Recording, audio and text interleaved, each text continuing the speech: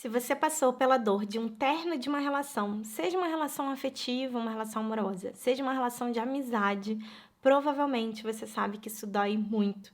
E é muito importante que a gente, pelo menos, tenha alguma consciência de como lidar com isso.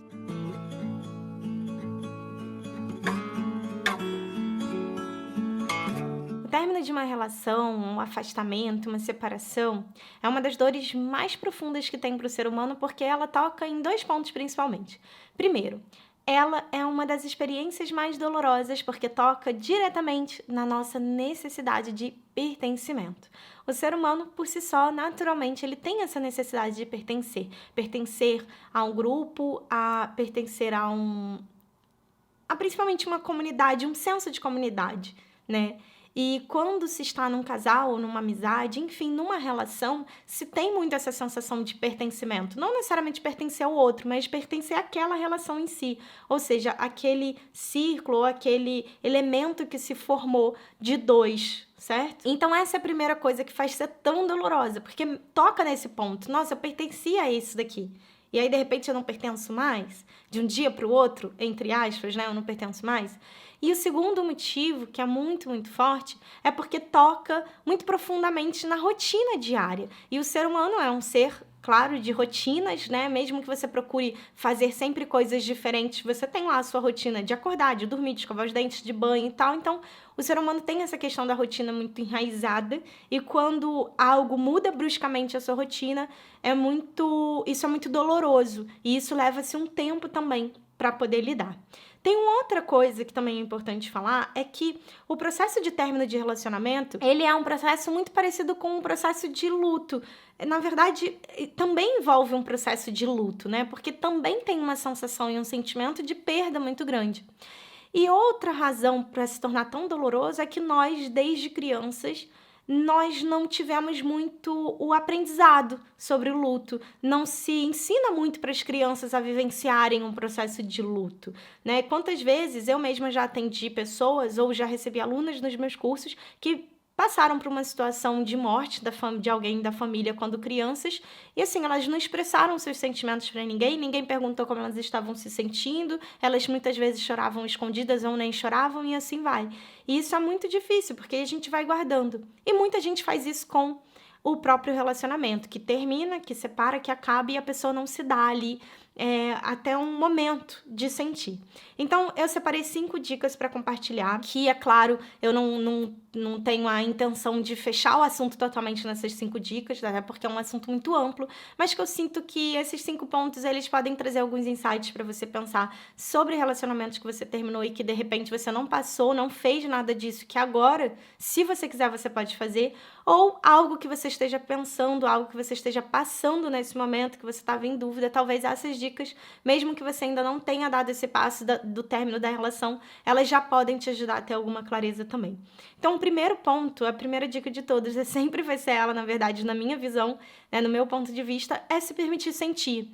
Muita gente já tem uma necessidade por conta dos seus próprios mecanismos de defesas e máscaras, e aí, lá no meu Instagram, que é @respire-sua-missão, a gente faz lives de segunda a sexta, todos os dias, às 7 da manhã. A gente, porque eu digo que é uma verdadeira troca, né? Quem tá lá participando sempre troca comigo nos comentários e é muito bacana.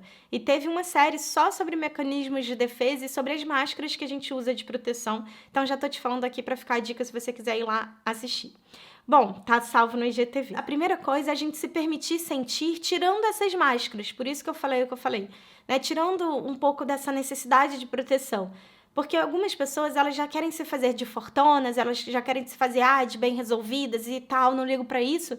E no fundo elas estão só reprimindo os seus sentimentos. Não é que elas não estejam sentindo, não é que elas estejam super de boa, é porque na verdade elas estão escondendo dos outros e muitas vezes delas próprias. Então a primeira coisa é, faça o que é preciso para você se permitir sentir. Se para você se permitir sentir tem que botar música triste, deitar na cama, apagar a luz e ficar sozinha, mesmo que seja um pouquinho, faça isso, um pouquinho só, porque isso vai ajudar a colocar para fora. Eu vou deixar aqui linkado um vídeo que é uma meditação para chorar. Exatamente, eu sei que muita gente tem dificuldade para chorar, tem dificuldade para se permitir colocar para fora. E aí são lindos os comentários que tinham muitas pessoas que estavam mesmo reprimindo o seu choro e com essa meditação conseguiram colocar para fora. Então, se for seu caso, deixo linkado aqui. Como esse processo de término também é um processo de luto, o processo de luto tem várias fases, então é importante você se permitir vivenciar essas várias fases.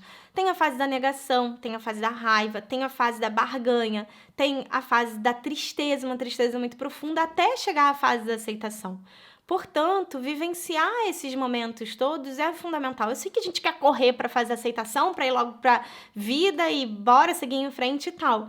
Mas não adianta a gente seguir em frente meio capenga. Chega lá na aceitação entre aspas, né? Porque aí depois são aquelas pessoas que não se abrem pro amor, que a vida amorosa fica travada e assim por diante. Por quê?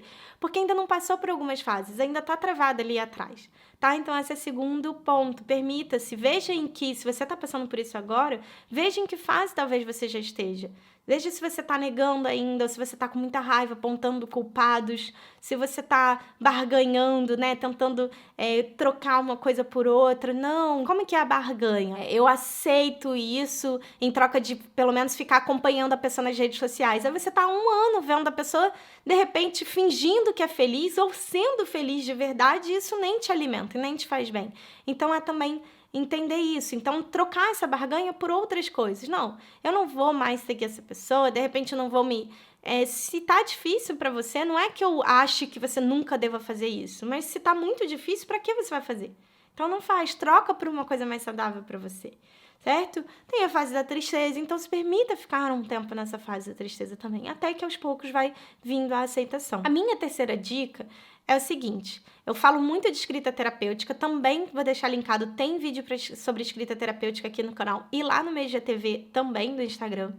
E a escrita terapêutica pode te ajudar muito a, quando você estiver confusa, sem clareza, colocar um pouquinho mais de clareza na sua mente e, principalmente, às vezes só escrever quase que um rabisco para colocar para fora também, expressar.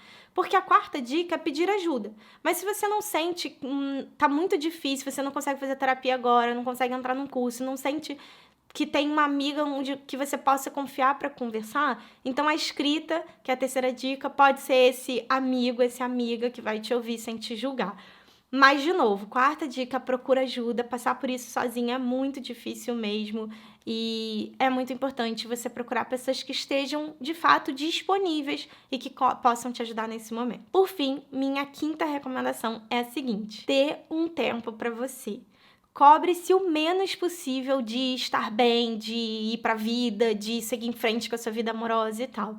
Então, se for preciso para isso, use afirmações positivas, faça meditações de amor próprio, participe da Semana da Criança Interior Amor Próprio de volta, que começa agora dia 22 de março no meu Instagram, Respire Sua Missão. O link de inscrição está aqui embaixo para você receber os materiais, inclusive, participar, enfim, dos sorteios e presentes. Agora, faça algo por você, se dando esse tempo, mínimo de cobrança possível. Isso vai fazer muita diferença. Não tem fórmula mágica, quem já passou por isso sabe que dói muito. No entanto, se você tomou essa decisão com integridade, mesmo que doa, você sabe que isso vai passar e principalmente que você foi íntegra com você. E também, para fechar, vou deixar até uma pulguinha aí atrás da orelha. Se foi a outra pessoa, né, que terminou com você ou que tá pensando, enfim, se não partiu de você, tá? As coisas não acontecem com a gente por acaso. De certa forma, a gente, com a nossa energia, também cocriou. Então, isso não é bom nem ruim. Isso não significa, você é culpada e tal. Não estou dizendo isso.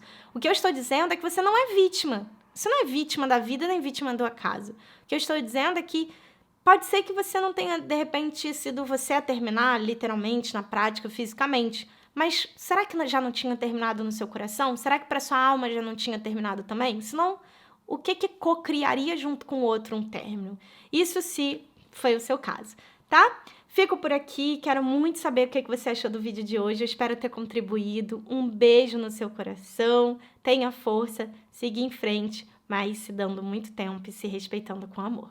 Até o próximo. Não se esqueça de se inscrever no canal para você não perder mais nada. Beijinho, tchau, tchau.